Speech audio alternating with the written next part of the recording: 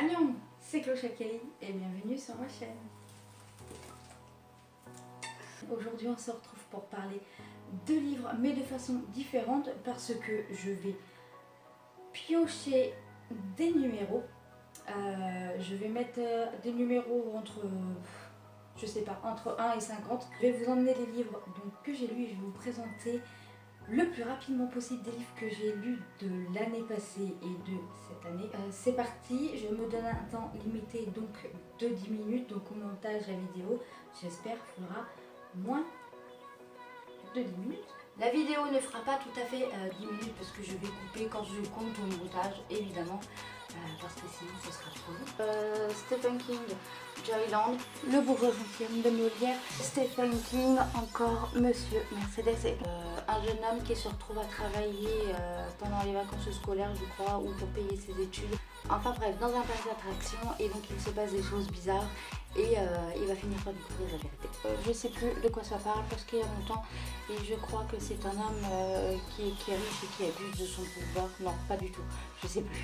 Et donc dedans on va retrouver Bradley qui va prendre une voiture, qui va foncer dans une foule et avec Hodge qui va mener l'enquête et Bradley qui va le malmener, qui va le narguer et c'était bien et j'ai adoré et voilà. Je sens cela. J'ai oublié. Kaji Motojiro, Le citron. Kim Choe, Mère, La vie que je choisis de Céline Thibault. Et donc ici on va retrouver plusieurs petites histoires. Kaji Motojiro, je crois que c'est une œuvre biographique qui avait été écrite et c'était bien et c'était doux et il raconte un peu sa vie et il explique beaucoup de choses spirituelles et c'était très profond et c'était très bien. Et donc dedans on va retrouver une femme qui va écrire des poèmes destinés à sa mère et c'était très doux, c'était très bien, très sentimental et j'avais adoré. C'est un jeune homme qui se retrouve hospitalisé, je crois qu'il est atteint de démence. Sa fille en fantôme et donc les infirmiers disent qu'il est fou. Sauf qu'il n'est pas fou et il se passe plein de choses et c'était très bien écrit et j'ai vraiment aimé et si vous connaissez pas, je vous invite à le lire. C'est une vidéo tout à l'heure sur ça m'est arrivé première partie, donc c'est un livre que j'ai écrit. Je le renard, Paul de Carotte. Kiss the Radio, donc qui est un livre aussi que j'ai écrit et que je ne publierai pas et que j'ai gardé pour moi. Et dedans j'ai écrit des textes qui parlent un peu de ma vie et de ce que j'ai vécu et c'est tout ce que j'en dirai. Donc Paul de Carotte c'est un petit garçon qui est pas très aimé de sa mère et donc qui est différent si je me souviens et donc il fait plein de bêtises pour se faire remarquer, pour montrer son existence. Je sais pas si c'est très bien résumé mais voilà. C'est une fanfiction avec le Super Junior et c'est une jeune femme qui va tomber amoureuse de l'un d'eux et donc elle va essayer de se trouver... Non, elle va se cacher derrière un masque je crois, je sais plus. Je l'ai lu, je l'ai écrit mais il y a longtemps, c'était une fanfiction et voilà, c'était pas très réfléchi. 1, 2, 3, 4. Pauline Veillé.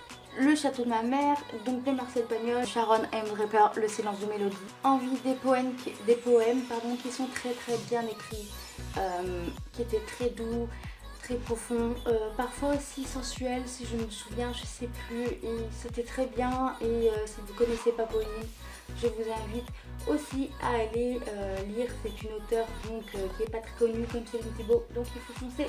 Donc c'est Marcel qui va acheter un château pour sa mère.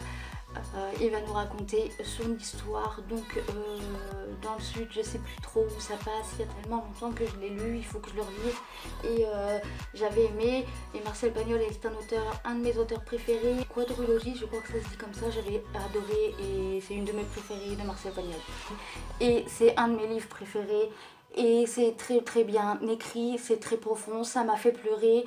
Et dedans on va retrouver une petite fille donc, qui est malade, qui peut pas parler, qui peut pas bouger et qui va essayer de communiquer grâce à une petite tablette avec ses camarades. Et c'est très triste et moi ça me parle et il faut aller le lire, voilà. C'est le bordel.